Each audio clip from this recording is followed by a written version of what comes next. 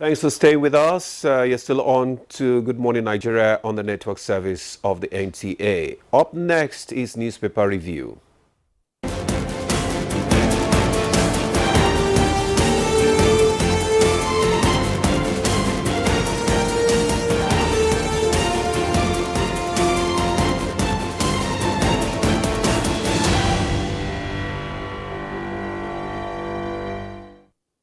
Right, and for what's in the papers, our newspaper reviewer is here seated. Chukwudi Okolubaja, good morning to you. Good morning, Victor. Good morning, Demola. How are you today? I'm doing great, and you? Oh, fine. Good. One day at a time, as I always say. All right, good. And so we'll begin with the Nigerian pilot, which leads with the headline, Salah tragedies, with 4 riders, 9 killed, 78 injured in 13 road crashes during Salah holidays. FRSC Zone 11 Command says crashes occurred during first 3 days of Salah holidays. That 78 others sustained injuries in crashes involving 21 vehicles. Explains that 128 people were conveyed to hospitals while 41 were rescued unhurt. Sad. And then just above that story and below the masthead, 3 suspected kidnappers nabbed in Otukpo area of Benue State. You get details of that on page 7. And then Constitution, not Fubara, ended local government council's tenure. That's according to an Islamic leader. You want to know who? Find it on page 6. And then at the bottom of the front page of the Nigerian pilot, which is just below the photo page of President Bola Tinubu hosting members, the leadership of the National Assembly during their Salah visit in Lagos yesterday. Now, police raid ESN camp, arrest 4 in Anambra State. That's on page 6.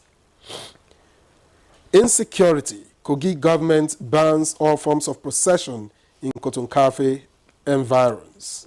Page 6. Tinubu calls for change of mindset to grow economy. You find that on page 9. Tackle biting hunger. Insecurity, Islamic scholar tells Tinubu, page 4. And tension in Rivers as 2 dead, many injured over LG tenure. All right. That's the much we can take on the Nigerian pilots. And on the front page of the blueprint, Kanu Emirates tussle. Don't amplify drums of war. APC cautions Kwankwaso. Says FG hasn't planned to take over power through insurgency emergency. You can find that story or the remaining part of it on page 8. And then ex-militant leaders hail Tinubu, Kiari, worried monarch on oil infrastructure security. That's just on the left column of the front page. NFF axe dangles on Osime over verbal attack on Finidi.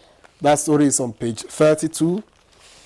And policeman vigilante feared killed over Rivers LG tenure crisis. Fubara summons emergency meeting. CP assures safety.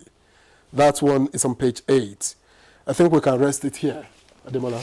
Okay. I have the Daily Sun newspaper, and just beside the nameplate, again, terrorists kill 6 in Kajuru, Kaduna community.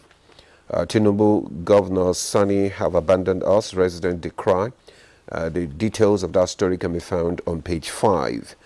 And the headline reads, Rivers local government crisis turns bloody. Corp vigilante killed, Governor Fubara talks tough, vows to stand on path of truth at all cost. Angry youths dare police and take over council headquarters, destroy Wike status. So the details of that story can be found on page 6. Ex-militant leaders back Tinubu, Oluwari, NNPC on anti-oil theft plan.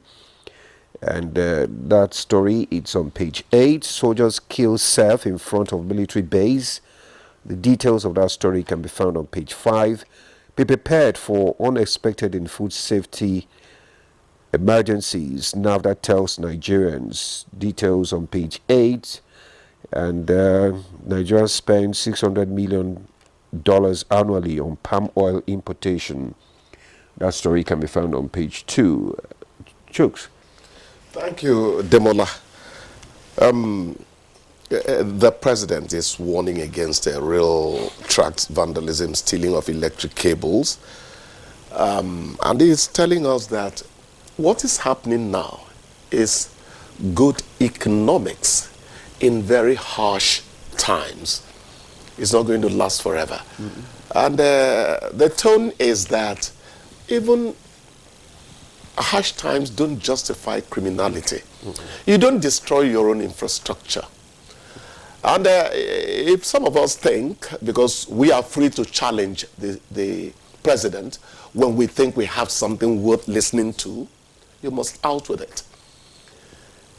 The CEO of MultiChoice was talking the other time. He said part of the problem in this country was that the economics was not got right. But now it has finally happened.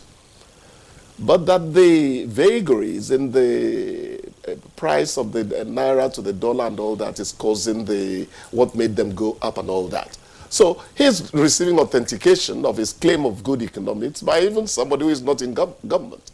That tells you, I had to take it away from politicians, that tells you that the president should be reasonably believed when he said is good economics in harsh times, but then it doesn't justify criminality. I go back to, you don't destroy your own thing. You'll suffer the repercussions later. Social infrastructures are the root of law and order. You understand? So don't cause mayhem by making us rush at insufficient facilities. You understand? Of course, those who do that are not thinking about infrastructure and how it serves everyone. They're just thinking about peanuts that they can get from selling it. You're right. Then you say rivers again. Yeah. Local government areas are feuding and all that. But what I would always say is when the courts have stepped in, we should step back and listen. They're the final arbiters. There's a Court of Appeal order, a counseling stay of, that is status quo ante being retained till the cases are heard either today or tomorrow. But one of the papers is writing that the council chairman are saying, based on that Court of Appeal, whatever, we are going to stay there for another 6 months. It's not for you to say. It is the court that will decide. It is the court. And by the way, tenures, if tenures have lapsed, exactly. I mean, I don't understand why you don't want to go. That's where we have problem in this local government autonomy, local government administration, and you see, it's extraneous influence. It is outside influence that is impinging on the smooth running of what the Constitution has naturally stated. Why is just like what I ask anytime is a 4-year cycle is completed and the elections are going to come again. You begin to hear things that we should have put behind us, long ago. Why do we have to wait till the tenures? The expiration of the why tenure. are we not always ready to take it up? We'll be here at our pepper soup joints and wherever we relax. The UK, US, it can only happen in Nigeria, blah, blah, blah. Many of the people saying it are part of the problem. The will is not there. That is what it suggests. And in the case of rivers, where you have what seems like a gap, even though heads of local governments have been asked to take control, for the time being, yes, is because of politics. Oh, yeah, of course, it's always politics. It's always politics. But the people's interest should always override whatever politicking you want to do. Unfortunately. Yes. Usually the problem of politicians, they are the one actually making things difficult, for us in this country. You know that the tenure will expire maybe at a particular date. Why not organize another election before the expiration? Yes. That's why I said politics. So that is the problem. So we just have to up our game, as people would usually say, because at the end of the day, We are supposed to be a model to the rest of Africa. Yes. This thing happening is not just a Nigerian thing. It's an African thing. I always broaden it to the continental considerations. Look at what's happened in South Africa. The ANC, were they able to steer the ship in South Africa to the point of saying, oh, we've had good governance? No. Ramaphosa's government is surviving now because there's a coalition. ANC could not command outright majority in the elections. So there is always something that happens on the continent that tells you, how ready are we really to rule ourselves? We shouldn't be talking like this after so many years, you know. It's just unfortunate.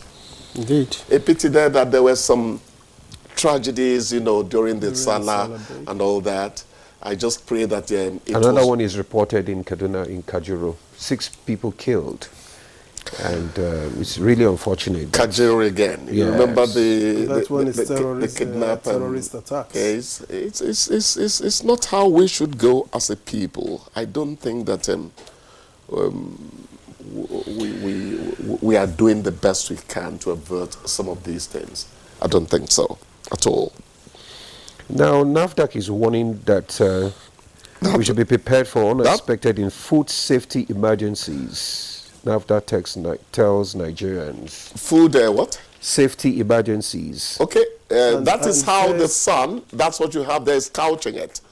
This other paper is coming out with a straightforward headline on it. Don't if you store food from cooked food for more than 3 days, you run the risk of is this pathogens they mentioned there? But you know, refrigerator, is it as opposed to freezers? No, refrigerating generally is you are refrigerating, whether it's in the freezer or you're refrigerating. You are holding the agents of decay static. They can act because of the cold conditions. That's what you're doing. Yes, sir. So are you saying that after 3 days now, the food becomes... that pathogens are likely to get into, you know, what you store there. Even in its frozen state. Yeah. I'm just hearing it. And it's a source of concern to many of us because this resort to, oh, at least I can cook my soup, store it for 1 week, be able to do my work till... And save gas. Exactly, save gas as well. You know, I think there are going to be some... Yeah, people must ultimately listen to the experts, but compliance is going to be rather, you know, hesitant because of the inconvenience it imposes. People will also tell you about how many years they have done it and they haven't died. Do they know why the life expectancy on the continent is also very short? Yeah. But then they're freezing abroad. I'm surprised NAFDAC is saying this. They're freezing abroad. They don't joke with it. I think it may require further explanation, you know, how this happens scientifically. Yeah, I think so. So our reporters should go out and seek more clarification.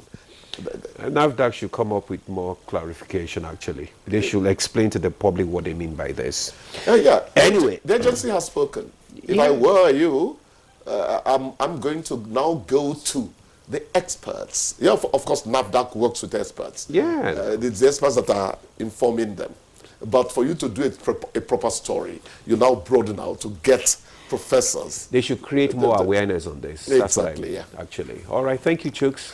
We have to call it, we have to draw the curtain here. It's okay. So that we can move on to the main topic of the day. We'll take a break now. Good Morning Nigeria continues. Stay with us.